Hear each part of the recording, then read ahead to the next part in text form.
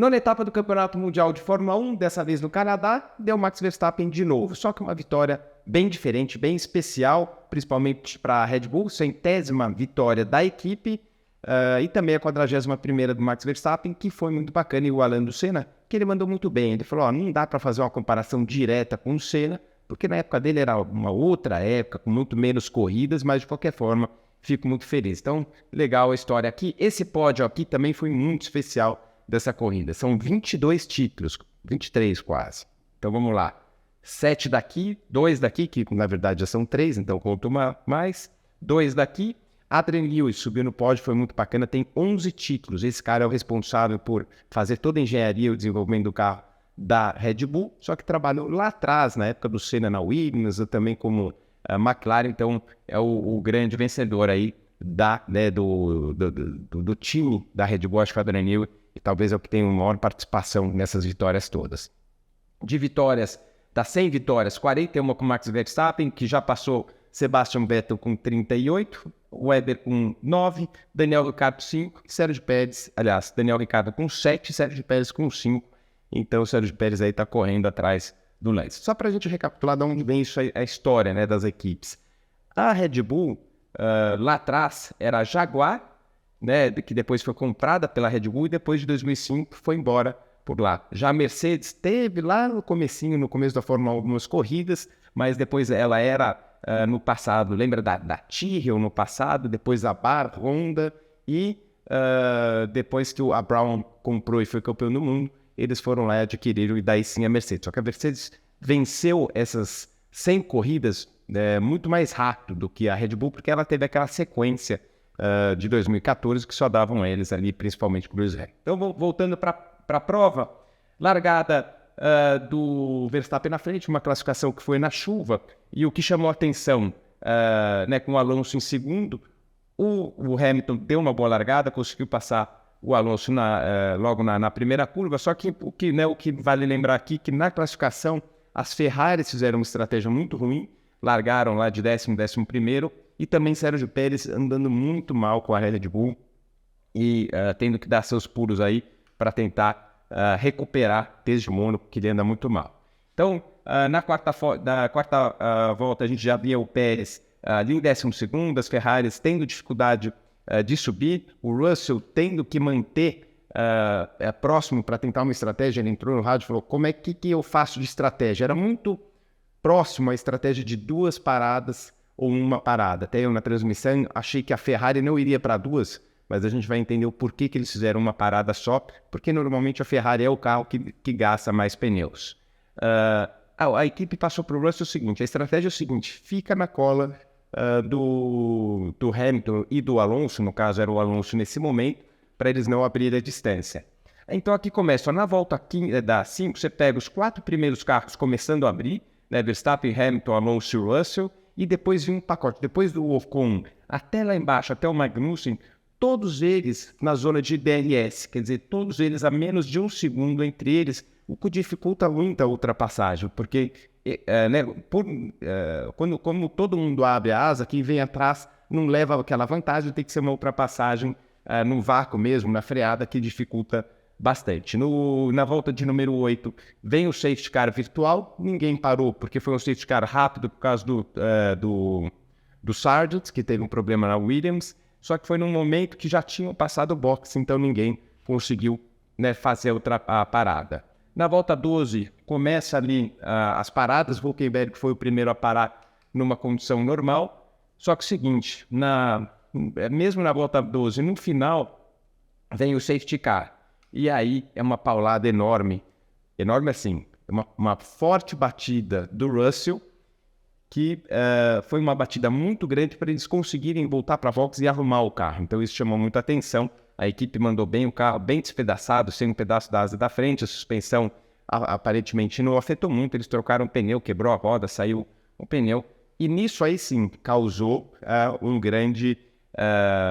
veio o safety car real, não virtual, junta todo mundo, e todo mundo veio para a box, porque estava mais ou menos na hora de parar. Volta 12, o normal seria quem parasse muito cedo, volta 12, 13, mas poderia até a 20. Então, Max Verstappen veio de cara, assim trazendo a grande maioria com eles, exceto Ferrari e o Pérez. O Pérez saiu de pneu duro, com pneus duros, então já era uma estratégia que ele estava pensando, largou lá atrás, parar, né, continuar andando para fazer uma parada só. Então isso já estava mais ou menos arrumado. O carro do Russell conseguiram arrumar, voltou lá atrás, voltou em último, né, o Sargent já tinha parado, mas conseguiram recuperar e com o safety car ele ainda conseguiu recuperar o espaço perdido largando lá de trás. Relargado então foi na volta 16, com Verstappen na frente, Hamilton, Alonso, e as Ferraris ganharam muitas posições, então eles subiram para quarto e quinto.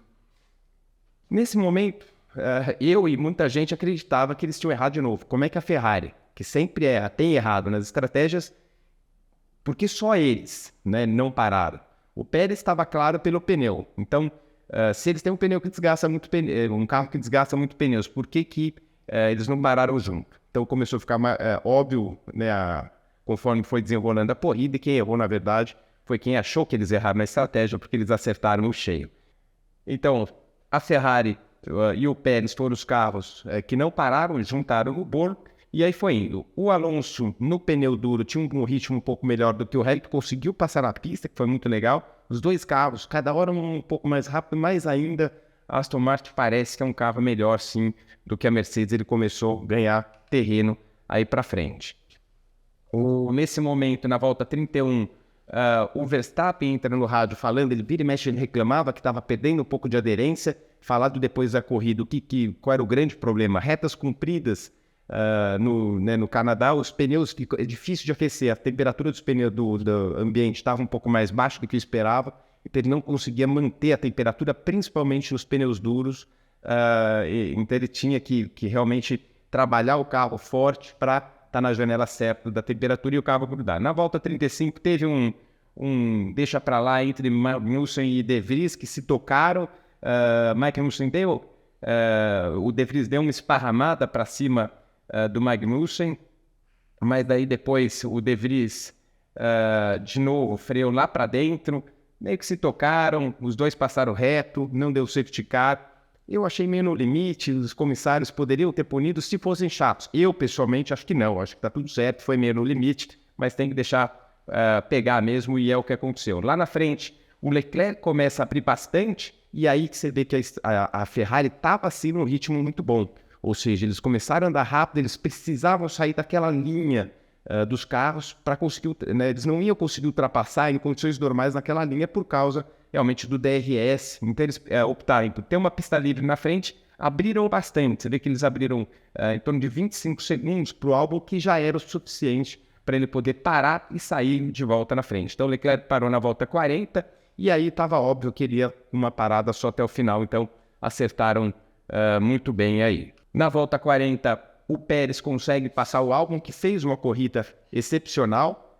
Lembrando que o Albon, depois é um outro detalhe, a Williams tem um carro que anda muito de reta. Todo mundo teve muita dificuldade de ultrapassar, a gente vai falar um pouquinho disso já. E nesse momento, volta 46, Leclerc, Sainz e Pérez, por uma parada só, levaram a vantagem, mas lembrando também que eles tinham um carro mais rápido do pessoal do meio do pelotão.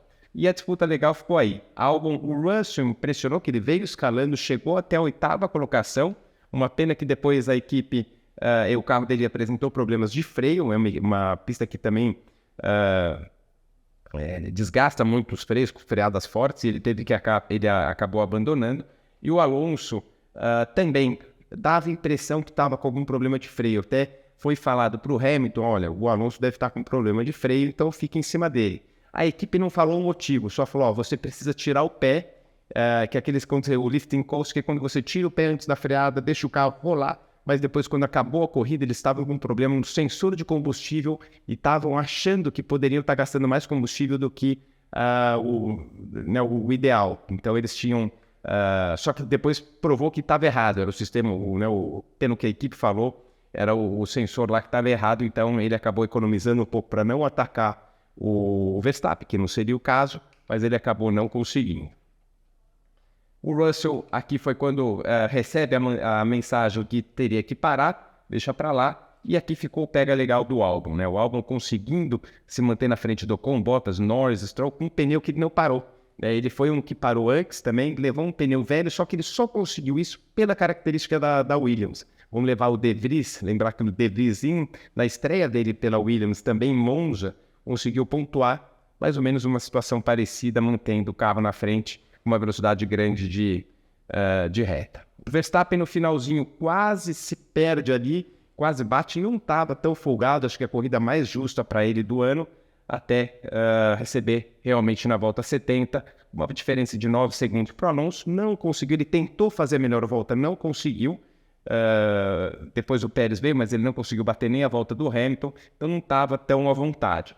Lá para trás o Norris, a gente já falou da parada no outro vídeo, da penalização dele aqui, que aconteceu, ele tentou arriscar no finalzinho uma ultrapassagem ali para cima do Ocon, não deu certo, acabou perdendo, mas ele ficou, de qualquer forma, ele ia perder, ele arriscou essa passagem, porque como ele sabia que ia tomar 5 segundos, ele arriscando uma ultrapassagem aqui, na pior das hipóteses aqui, ele ia cair atrás do Gasly.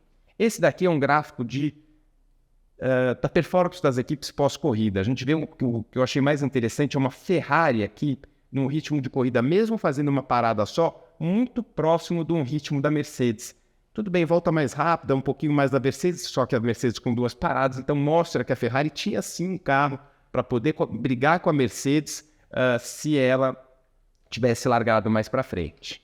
E aqui as paradas, como a gente falou, Leclerc e Sainz levando até lá na frente, e também quando a gente fala do Albon, ele parou logo na volta 12, depois esticou até o final com o pneu duro, mandou muito bem, conseguindo manter a Williams lá na frente. Campeonato, Verstappen esquece, já foi. Alonso começa a chegar perto do Pérez, em 126 para 117 do Alonso. O Hamilton cresce bastante no campeonato e uma briga interessante entre Carlos Sainz, Russell e Leclerc.